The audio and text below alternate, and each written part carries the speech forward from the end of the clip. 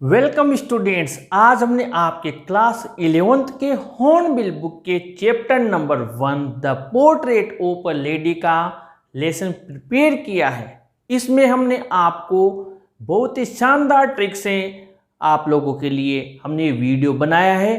इसमें आपको चैप्टर के साथ साथ उसके सारे क्वेश्चन आंसर्स आज याद हो जाएंगे।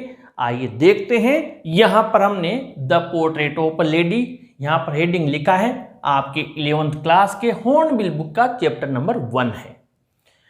यहाँ पर हमने जो स्टार्टिंग की है, इसका जो मेन कैरेक्टर है इस चैप्टर का वो है लेखक की दादी अम्मा, यानी कि उसकी दादी का इसमें सबसे ज़्यादा रोल है और उन्हीं को केंद्रित करते हुए हमने आपके पार्ट 1 में ये मैटर प्रिपेयर किया है। ये बहुत ही इंपॉर्टेंट मैटर है क्योंकि इसमें से क्वेश्चन पूछे जाते हैं आपके एग्जाम में। हमने यहाँ पर आपके 4 क्वेश्चंस भी टच किए हैं इस मैटर के अकॉर्डिंग, जिनमें लॉन्ग आंसर टाइप और शॉर्ट आंसर टाइप भी आपके क्वेश्चंस के आंसर्स बन जाएंगे। सबसे पहले हम इसकी रीडिंग लगा लेते हैं, इसका हिंदी ट्रांसलेशन समझ लेते हैं और ये आपके लगभग बुक के 1.5 पेज का मैटर का सार है जो मैंने बहुत शॉर्ट एंड स्वीट में यहाँ पर लिखा है। Author's grandmother, she had always been old and wrinkled. वो हमेशा से ही ओल्ड बूढ़ी थी और रिंकल्ड का मतलब झुर्रियों वाला उसका चेहरा था, यानी उसके चेहरे पर और उसके शरीर पर भी रिंकल्ड झुर्रियां पड़ी हुई थी। Short, fat and slightly bent. Short यानी वो छोटे कद की थी, फैट थोड़ी मोटी थी, एंड स्लाइटली बेंट, स्लाइटली यानी थोड़ी सी बेंट यानी झुकी हुई भी थी। She was the same for 20 years. 20 वर्ष से वो बिल्कुल सेम ऐसी की ऐसी थी, यानी 20 साल से लेखक उसे देख रहा है और उसे वो 20 साल से सेम नजर आ रही है, कोई चेंज नहीं आया है। She hobbled about the house with one hand resting on her waist. Hobbled का मतलब होता है लंगड़ा कर चलना। वो मकान में लंगड़ा कर यानी उछल उछल कर चलती थी। With one hand resting on her waist, एक हाथ उसके वेस्ट कमर पे अपना एक हाथ रखकर ऐसे झुकी हुई कमर से चलती थी। And the other telling the beats of her rosary, और दूसरे हाथ में टेलिंग यानी फेरती रहती थी, बीट्स यानी मोती मन के, ओपर रोजरी, रोज यानी माला के मोती, एक हाथ से झुकी हुई कमर को ऐसे थामे हुए एक हाथ से माला के मोती फेरा करती थी। हर वाइट हेयर वर स्किटर्ड अनटाइडली ओवर हर पेल पकड़ फेस। हर वाइट हेयर, उसके पूरे हेयर बाल थे वो सफेद थे, वर स्किटर्ड यानी बिखरे हुए थे, अनटाइडली यानी बिना बंधे हुए, स्किटर्ड बिखरे हुए थे, ओवर हर पेल यानी पीले, और पकड़ यानी झुर्रियों वाले फेस यानी चेहरे पर। हर लिप्स कॉन्स्टेंटली, उसके होठ कॉन्स्टेंटली का मतलब लगातार, मूड चलते रहते थे, उसके होठ लगातार चलते रहते थे।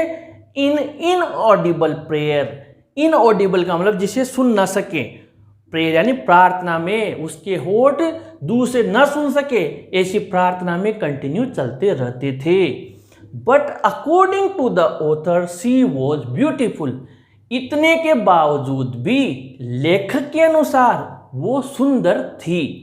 आगे बढ़ते हैं। She was like the winter landscape in the mountains, an expanse of pure white serenity, breathing peace and containment.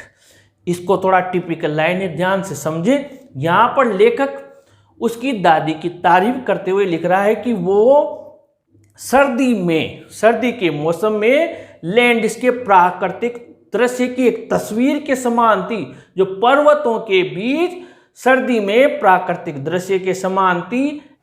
N expanse of pure white serenity, शुद्ध सफेद शांति का एक विस्तार।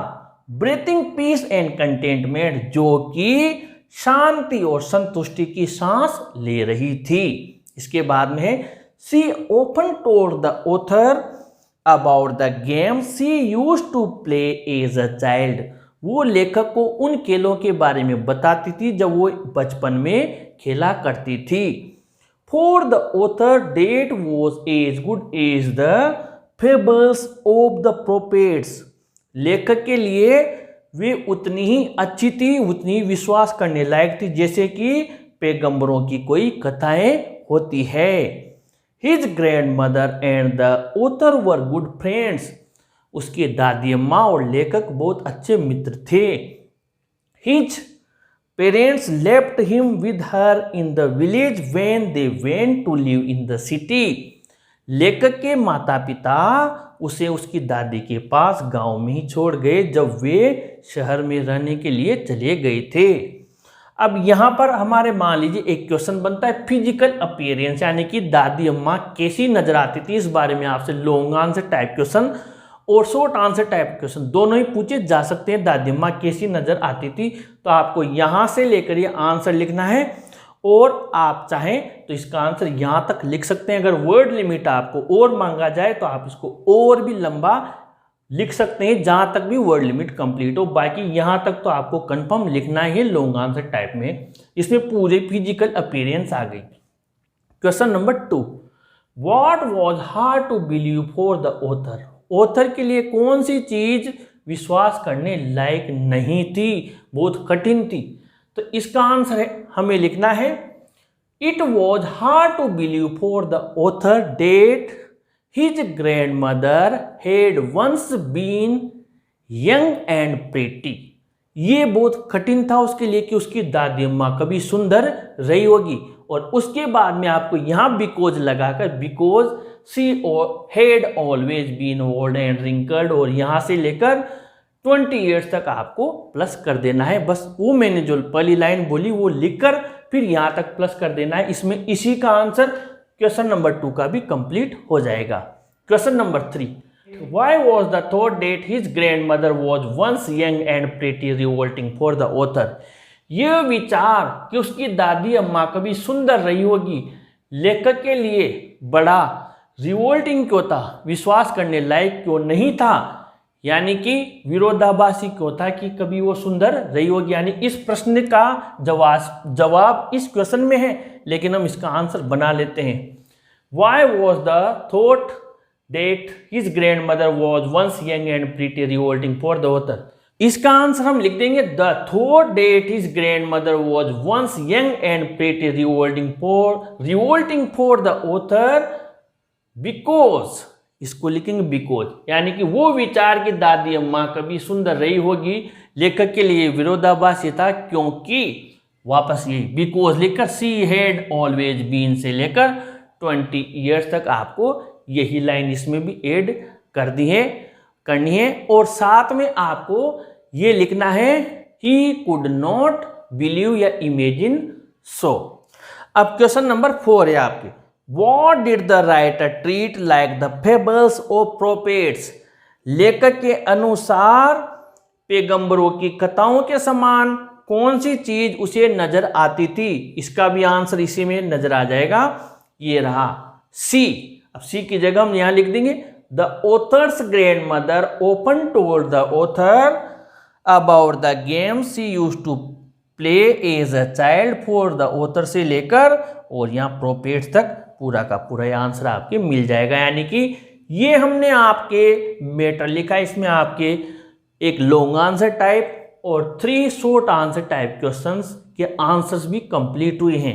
अगले पार्ट में हम और इसी प्रकार आपके लिए मैटर लेकर आएंगे और क्वेश्चन आंसर्स भी साथ में याद करेंगे। आशा है आपके प्रयास जरूर अच्छा लगा होगा। अगर आपके प्रयास अच्छा लगा हो तो अपने फ्रेंड्स को भी शेयर करें, वीडियो को जरूर लाइक करें और चैनल को भी सब्सक्राइब करें फ्रेंड्स। Thank you.